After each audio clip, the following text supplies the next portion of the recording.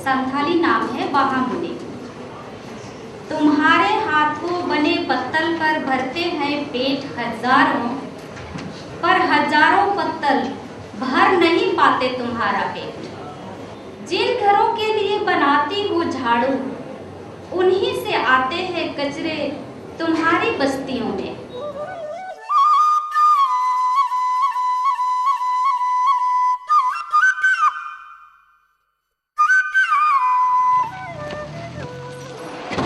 तो 3 बजे आप लोग बंद कर देते हैं? 5 बजे बंद कर देते हैं। तो पर्दा उर्दा अभी लगा रहे हैं। आज कौन सा दिन है?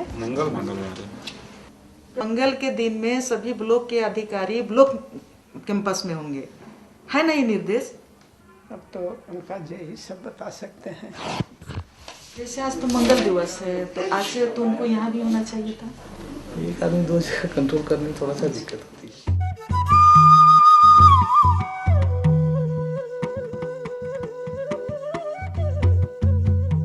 आप बोलते हैं सही भारतीय यही है आदिवासी, इसलिए जब उनकी समस्याओं की बात आप करेंगे तो आदिवासी जिन समस्याओं से जूझ रहा है, जल जंगल जमीन सब जाने पहचाने ताए रही। तो जिस तरह से जीवन को कोई मान्यता नहीं है, साहित्य को कोई मान्यता नहीं है, और उसकी जड़ में जो जाइए तो भाषा की कोई मान्यता नहीं है, धर्म कोई मान्यता है, उनके अस्तित्व को ही कोई मान्यता नहीं है।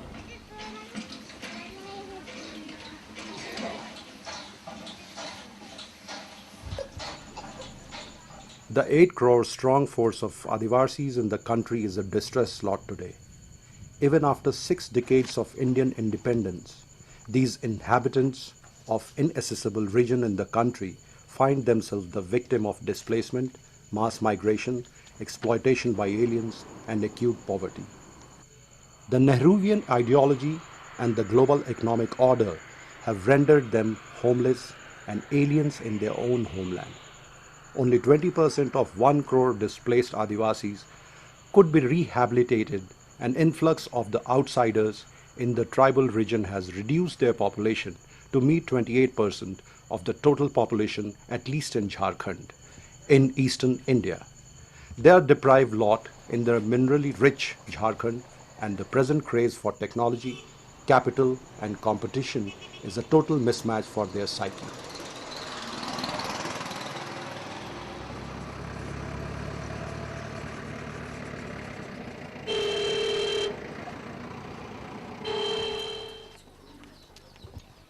चिप करके डेस्क के नीचे आम छील के खाना, पैंट में आम खोस के ले जाना। स्कूल में तो हम ही बहुत ही बदमाश थे, चंचलता से भरा हुआ बदमाश था। हम बातें नहीं सुनते थे। स्कूल से दौड़ दौड़ के आते थे, हम यहाँ बाड़ी में घुस जाते थे, घास काटते थे। अब वो अटिया बांध देते थे रात में, और भोर सुबह 3-4 बजे भोर में उठते थे और हम माँ के साथ जाते थे। खलिहान में धान सब उठ के देखते थे, बहुत खुशी होती, बाप रे इतना धान हम लोग का हुआ है। जैसे ही उसको साफ करते थे देखते थे घर में आता ही नहीं, ठीक से रखते, घर घुसाए भी नहीं। महाजन लेके यहाँ बैठा है, बड़का पैला और बोरा लेकर के सारा धान वो ले जाता था। अंदर में होता कि इतना सारा धान महाजन ले जाएगा। तो हम पूछते थे कि अब हम लोग फिर क्या जाए खाएंगे, फिर तो लाना पड़ेगा। तो हम इसी सब के लिए हम कुछ कारोबार करते हैं ताकि पैसा हो। तो आप जहाँ बैठे हैं देहरी पर, उस घर में मेरा रहना हमेशा होता था। तो वहाँ ताकि हमको देख पाए लोग, सामने वहाँ बैठते थे। उधर भी ज़्यादा निगाह उधर रहती थी, अंदर घोलकना कि और क्या कर रही है। कुछ पैसे भी उधर फेंक देते थे, कुत्ते को जो मांस दिया जाता है। ये सब मानसिकता हम पहचानने लगे थे, जानने समझने लगे थे। और ये जो सच्चाई है, ये बात हम किसी को नहीं बता पाते थे।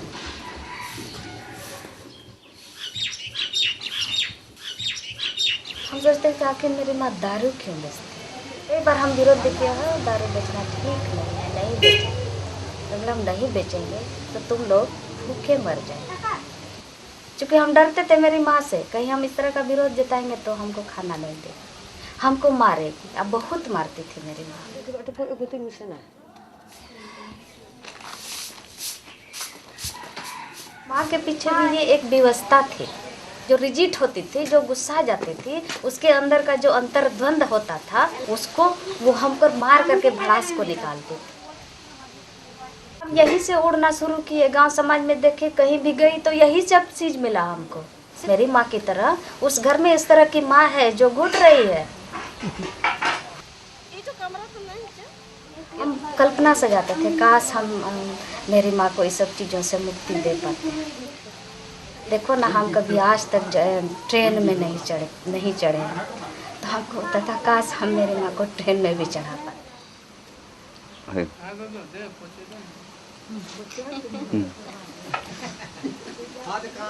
तो ये आंगन का हम सुख कभी इस तरह से भोग नहीं खाए। जब भी हम बैठना चाहे, कोई ना कोई यहाँ बैठा हुआ मिला, जो हम खुली तरह से आज अपने ही आंगन में खटिया बिछा के अपने ही देहरी पर कुछ बैठ करके कुछ सोच नहीं पाते थे। इस तरह का यहाँ जीवन था। हम सोचे कि आखिर कब तक ऐसा होगा, मेरी उम्र चली जाएगी ऐसे ही ताम्र, हम कुछ नहीं कर पाएंगे। हमको अंदर से ये एक अंदर का आदमी हमसे कहता था करो कुछ। फिर हम नर्वस, क्या करें, आखिर करें तो क्या करें, सारा तो डिपेंड। तो हम मुक्ति का रास्ता तलाशने लगे, नहीं हम ऐसे नहीं जिएंगे।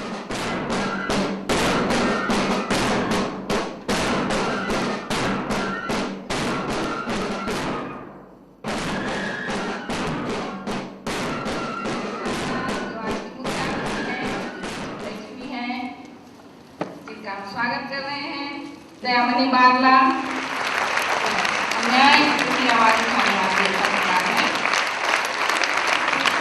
सबसे पहले तो मैं अपना बचपना के बारे में आप लोगों से थोड़ा सा शेयर करना चाहती हूँ। मेरी माँ अनपढ़ थी, मेरा पिता अनपढ़ था। तब हमारे माता पिता का जो जमीन था उसको किसी दूसरे गांव के दबंग व्यक्ति ने आके छीन लिया।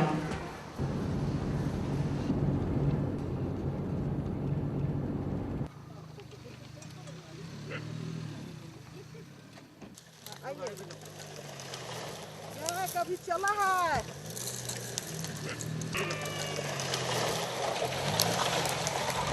पहले ही इन लोग को बता दिए हैं। अच्छा चलिए पकाते हैं, खाएगा अगर नहीं खाएगा। अरे खाने की खाना होगा कि खाएगा वाला नहीं खाएगा वाला तो नहीं रे, तब इन लोग नहीं खाएगा तो काहे जबरदस्ती खिलाएंगे, उल्टी तुल्टी होगा। आम खाते आम का गुठली देखे जानते हैं ना, आम का गुठली में और कुछ है वो बहुत कस्सा होता है। कस्सा को हटाने के लिए 3-4 घंटा डबकाना पड़ता है। आजकल अगर कोई बोलेगा राख लगा के उसमें डबका के खाएगा, उसको हम लोग खाते थे। सही लोग हम लोग का जमीन को बांधिक में चला गया, तब खेती करने के लिए भी नहीं रह गया, तो हम कहाँ से खाएंगे पिएंगे। अभी भी वैसे आम का गुठली खाते होंगे लोग? हाँ खाता है अभी भी। हाँ मुंडा ही है, मुंडा ही है, मैंने 8-10 परिवार हो जाएगा। बाबा वो पहले धांगर हुआ, उसके बाद ही भी धांगर हो गया। माँ दूसरों का खेत में काम करने लगी। घर में लड़की लोग नहीं थे ना, तो तीनों भाई हमसे बड़े थे। हमसे बड़ा वाला और सुशील दादा, वो लोग स्कूल जाते थे। हमको खिलाने वाला कोई नहीं था ना, तो ये हमको स्कूल लेके चला जाता था। पहला दूसरा कैसे पास की नहीं जानते हैं। बाद में जब परिवार बिखरा तो माँ और सुशील दादा रांची चले गए। माँ दाई काम करने के लिए गई, साथ में सुशील दादा भी हम भी पढ़ेंगे बोल के चला गया। सुशील दादा भी उधर अपना कमाने लगा, कुली का बाड़ी। पीछे से हम भी चले गए। सुजाता चौक में हम लोगों का पुलिस चौकी था ना, दोनों भाई बहन मसाला पीसते थे, हम थाली धोते थे, मसाला पीसता था। सिपाही लोग का खाना बचता था, वो हम दोनों के लिए, दोनों भाई बहन के लिए रात का भोजन होता था। तो दोनों बहन पहले डेगची झाँकते थे, और जिस दिन भात रहेगा डबल तो बहुत खुशी लगता था। बिहारी पुलिस लोग वहाँ पर थे, वो लोग देखता था कि खाना नहीं है तो 1-2 रुपया दे देता था। वो बोलता था कि हमारी दाई है, दोनों भाई बहन हमारे यहाँ काम करते हैं लेकिन ये लोग पढ़ते हैं। जब पैसा नहीं होने लगा, आप क्लास बढ़ते जा रहे हैं तो खर्च तो बढ़ेगा। तब हम उस बीच में 2 ठो घर में फिर दई काम करना शुरू कर दी। उन लोग भाई बहन केवल रहते थे। तो एक दिन ऐसा हुआ कि उसका भाई उसकी बहन गांव चली गई। किस्मत था कि हम बच के निकले। उतना बड़ा आदमी था, उसको एक झटका में गिरा दिए। उसके बाद हम भागे, फिर दोबारा नहीं गए। अच्छा था, क्या करेंगे।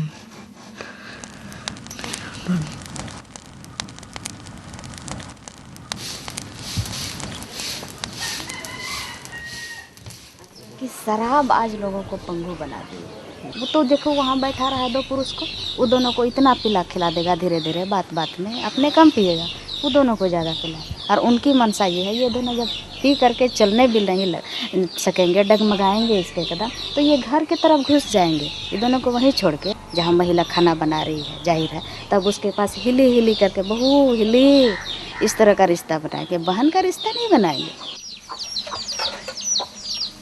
शहर के इर्द गिर्द जितना गांव है, शहर से सटा हुआ जो गांव है, आपको ये सीन देखने को जरूर मिलेगा। चुड़का सोरेन, देखो तुम्हारे ही आंगन में बैठ, तुम्हारे हाथों बना हड़िया, तुम्हें पिला पिला कर कोई कर रहा है तुम्हारी बहनों से ठिठोली। बीड़ी सुलगाने के बहाने बार बार उठकर रसोई में जाते उस आदमी की मनसा पहचानो चुड़का सोरेन, जो तुम्हारी औरत से गुपचुप बतियाते बात बात में दांत निपोर रहा है। कैसा बिकाव है तुम्हारी बस्ती का प्रधान, जो सिर्फ 1 बोतल विदेशी दारू में रख देता है पूरे गांव को गिरवी, और ले जाता है कोई लकड़ियों के गट्ठर की तरह लाद कर अपनी गाड़ियों में तुम्हारी बेटियों को 1500 हथेलियों में रखकर। पिछले साल धनकटनी में खाली पेट बंगाल गई पड़ोस की बुधनी, किसका पेट साज कर लौटा है गांव, किसका। और हाँ, पहचानो अपने ही बीच की उस कई ऊंची सैंडल वाली एस्टेला कुजूर को भी, जो तुम्हारी भोली भोली बहनों की आंखों में सुनहरी जिंदगी का ख्वाब दिखाकर दिल्ली की आया बनाने वाली फैक्ट्रियों में कर रही है कच्चे माल की तरह सप्लाई। उन सपनों की हकीकत जानो चुड़का सोरेन। यही मेरी लेखनी में, यही सब दर्द मेरी लेखनी में। अब मेरी चीज़ें जो पढ़ी एक लड़की, फुट फुट के वो लड़की रोने लगी, तो हमको आश्चर्य हुआ, रे हम कलम चलाए वो क्यों रोई। और वहाँ से हमको बल मिलता है कि नहीं, जरूर कोई ताकत है, ये ताकत हमको आगे ले जाती है। इसके बाद अशोक सिंह ने उसको बहुत अच्छा क्रम में भाषा जो उनका दिया, फिर अंदर में जब तक छपके नहीं आते, धक धक धक धक सब बना हुआ है कि मेरी बेइज्जती होगी, कहीं कोई नहीं छपेगा। जब वागर्थ में मैं छप के आई तो हमको विश्वास हो गया, मेरा दृढ़ विश्वास हो गया कि नहीं, अब चीज़ें उस लायक बन गई। हाँ ले लीजिए। गोवा सेंट्रल जेल से खत आई थी, जो एक कैदी ने लिखा था मुझे। मैं औरत की इज्जत पहले कभी नहीं करता था, मैं आपकी कविताओं को पढ़ करके औरत की कदर करने लगा। और जो पढ़े लिखे मुट्ठी भर लोग सब भ्रांत हमारे आदिवासी समाज में, वो 3-4 शादियाँ करके बैठा होगा। अपने ही घर में आज स्त्रियाँ बेसम्मानित हो रही है, उसको सम्मान नहीं मिल रहा। जो अदर कास्ट है वो लोग के माइंड में घुसा है कि आदिवासी है इसीलिए मुंह रहते भी नहीं बोल पाएगी। अगर आज हमारे घर में हमको मान सम्मान मिल रहा है, हमारे लिए सुरक्षा की व्यवस्था है, तो मजाल था वहाँ कोई हमको दूसरा पुरुष नजर तक उठा के। वो तो नहीं होता है, लेकिन एक्चुअली ये लोग का दिमाग में यही घुसा हुआ है, इसलिए क्षमा यही हो सोच जाएगा। के। सुनिए एक मिनट, हम यहाँ हस्तक्षेप करेंगे, क्षमा इसलिए ना हो जाएगा क्योंकि आपकी जो सामाजिक व्यवस्था जो बनावट है वो कहीं से कहीं ना वो लचर पचर है, व्यवस्था कमजोर है, उसको मजबूत करने की जरूरत है। समाज उसको भली नजर से देखेगा, उसका सम्मान करेगा। कोई भी डिसीजन लेता है जेंट्स, उसके बीच में उसका भागीदारी रहेगा। पिछले दिनों हिमाचल गई थी कविता पाठ करने के लिए, तो वहाँ जो बोलने लगी हम लोग भी यहाँ के आदिवासी हैं, हमारे भी पीड़ा है इसमें, तब हमको अच्छा लगने लगा, अरे यहाँ भी आदिवासी है, यहाँ की भी पीड़ा ये है, तो ये लगता है कि हाँ मैंने सार्थक की।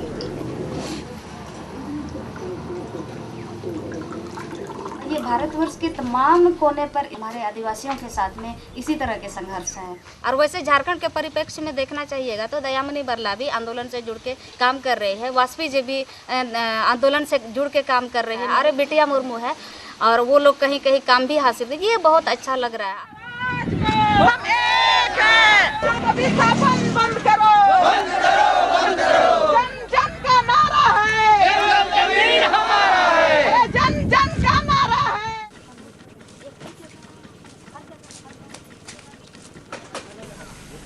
हमारी मुंडा समाज में जो उनकी जो लोक कथा है, कहानियां हैं, इतिहास है, लिखी नहीं गई हैं मौखिक रूप से, तो हमारी इतिहास का एकमात्र चिन्ह यही स्टोन है।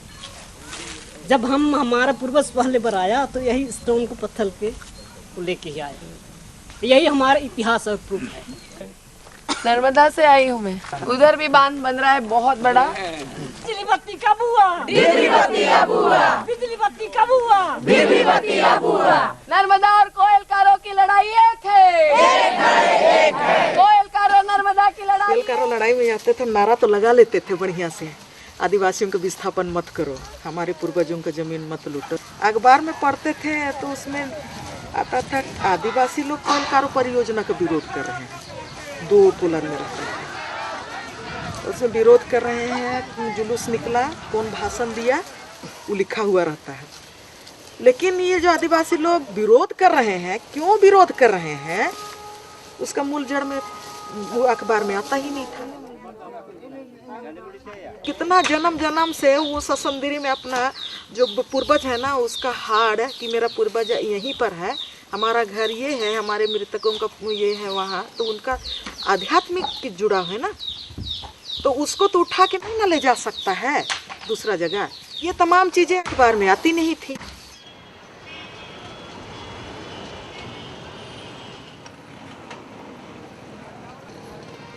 फैसल जी और वासु जी उस समय अखबार में पूरी तरह से लिखते थे। फैसल जी सब बोले कि नहीं, कुछ मीडिया पर काम करना चाहिए, मीडिया पर, अब मीडिया कैसे काम करना पड़ेगा, तो लिखना ही पड़ेगा।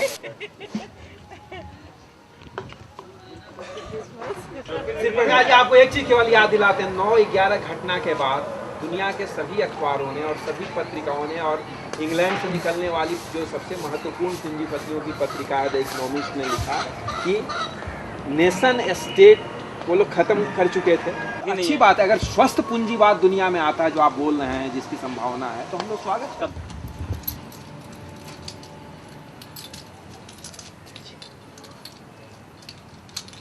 मेरा कोयलकारों पर छपा था, हम तो मुंडारी में लिखे थे कोयलकारों परियोजना पर, तो वो लोगों का पढ़े और हमारा पढ़े, तब हम सोचने लगे कि ये लोग तो बहुत दिन से लिखता है और हम तो पहली बार लिखे हैं।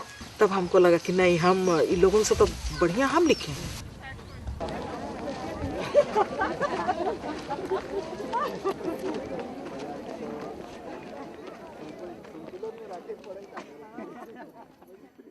सेना जो ग्रामीण पत्रकारिता के नाम से हमको मैंने काउंटर मीडिया अवार्ड दिए, 10,000 रुपया दिया था, टैप रिकॉर्डर दिया था और ओलंपस कैमरा दिया था। वो हमारे लिए बहुत बड़ा क्या बोलेंगे जिम्मेवारी बन गया था। हमको बुला के लाइन में बैठा है प्रभास जोशी, हरिवंश जी, हरिनारायण जी, वो लोग दैवनी प्रभात खबर की परिवार की सदस्य हैं पहली बार।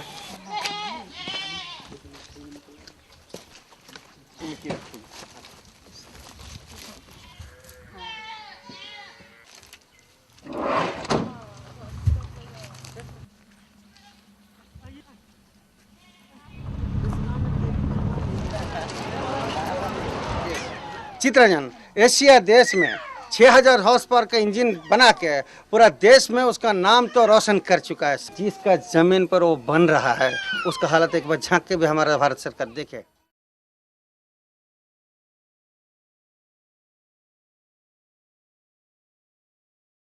हमारे आदिवासी भाइयों बहनों की स्थिति, भटक रहे हैं, अपने ही घर में अपनी पहचान नहीं है। उस समय इसी का विरोध हो रहा था और उसी विरोध में ही कई लोग मारे गए। उधर आगे जाके हाँ बिहार के लोग और बंगाल के लोग हैं यहाँ पर भरे पड़े हुए हैं, और जिनकी ज़मीनें गई वो नहीं है यहाँ पर, वो आज मजदूरी कर रहे हैं, बाजार में जा कर के वो कमाते, उनको तो यहाँ घुसने के लिए इजाज़त भी नहीं है। समय नहीं तो एकदम टेंशन चल यो आज ऐसे भी है तो कन वाले बुझे कादा बकाय दो तो बाप ले ले का का ले ले है जे चित्र कुली ले आने तो और ये लोग बता रहे हैं कि हमारी जमीन अभी नहीं है, कहाँ पहले जमीन था, ये लोग कुछ नहीं बता पा रहे हैं। कैसी विडंबना है कि जमीन पर बैठ बुनती हो चटाइयाँ और पंखा बनाते टपकता है तुम्हारे करियाए देह से टप टप पसीना। क्या तुम्हें पता है कि जब तुम कर रही होती हो दातुन, तब तक कर चुके होते हैं सैकड़ों भोजन पानी तुम्हारे ही दातून से मुंह हाथ धोकर। इस उबड़ खाबड़ धरती पर रहते कितनी सीधी हो बहामुनी, कितनी भोली हो तुम कि जहाँ तक जाती है तुम्हारी नजर वहीं तक समझती हो अपनी दुनिया, जबकि तुम नहीं जानती कि तुम्हारी दुनिया जैसी कई कई दुनियाएं शामिल हैं इस दुनिया में। और जैसे कि काले लोगों पर अभी विद्रोह का स्वर उठा है, इसी तरह ये आदिवासी साहित्य भी मुक्ति के लिए अभी रच रहा है। इस तरह के तमाम जितने समाज में दबे कुचले शोषित पीड़ित लोग हैं, सबके लिए संघर्ष का ये संघर्ष, सबका संघर्ष का एक नया ये मुक्ति का रास्ता है।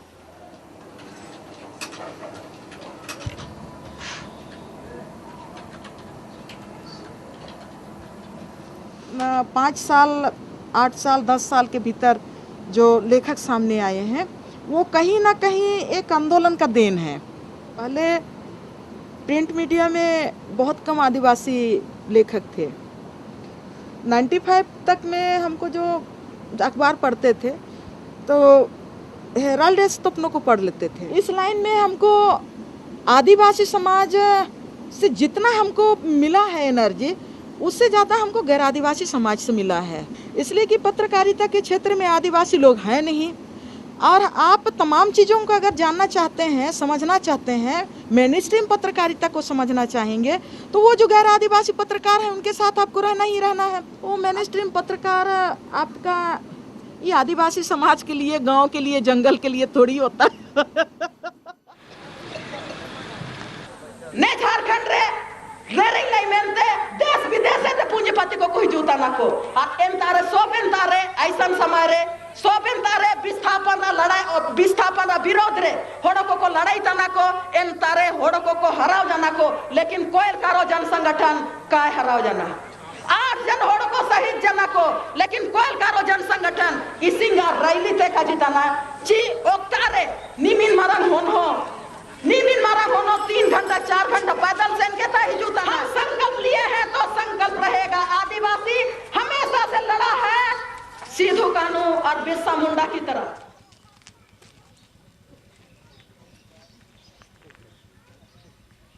जहां प्राकृतिक संसाधन से पूरी तरह से पटा हुआ क्षेत्र है, उस क्षेत्र में आदिवासियों के ऊपर सबसे ज्यादा दमन चक्र चलेगा कि राज सत्ता और पूंजीवादी व्यवस्था, और दूसरे तरफ से जो समाज को जो धर्म के नाम से जो बांटने वाली जो ताकतें हैं, वो तमाम ताकतें मिलके आदिवासियों को प्रकृति के साथ जुड़े हुए हैं उनको पूरी तरह से खत्म करने का कोशिश करेगा।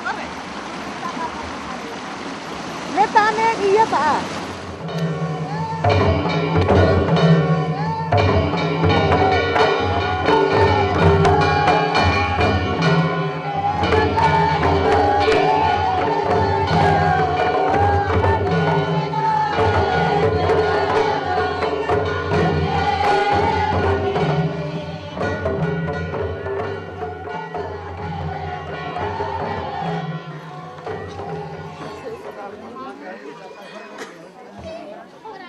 बंदूक से केवल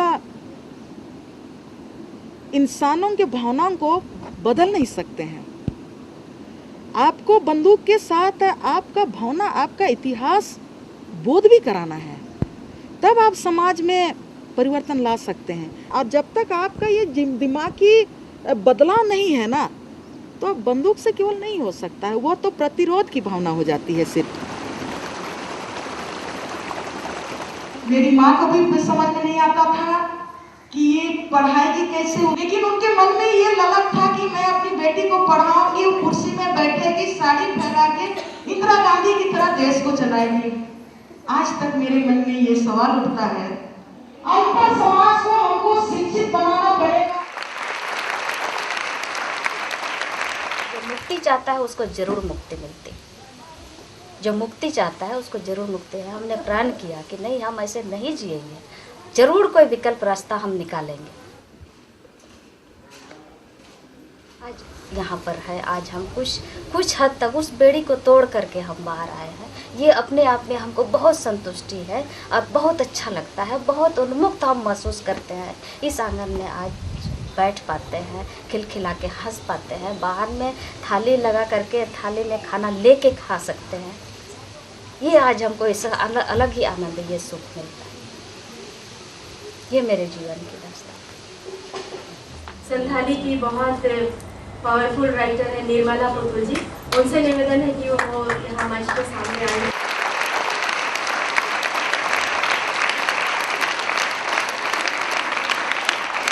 हिंदी साहित्य परिषद का सम्मान इनके लिए कोई मायने नहीं रखता है, बल्कि इन्हें सम्मानित कर हिंदी साहित्य परिषद अपने आप को गौरवान्वित महसूस कर रहा है। यह हिंदी साहित्य परिषद का सम्मान एक राई के बराबर भी नहीं है।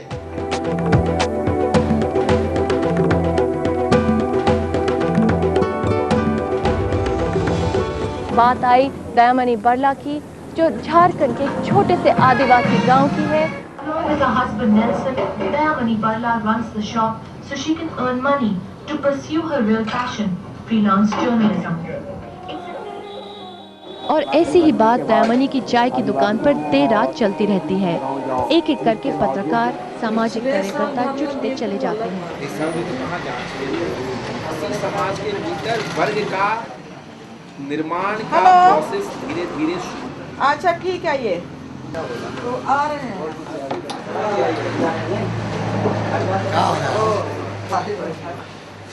आप ही का स्वागत हो रहा है।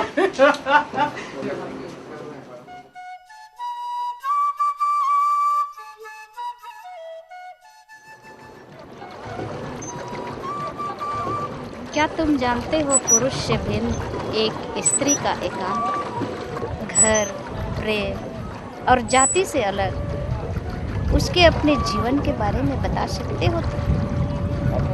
बता सकते हो तुम? सदियों से घर तलाशती एक बेचैन स्त्री को उसके घर का पता?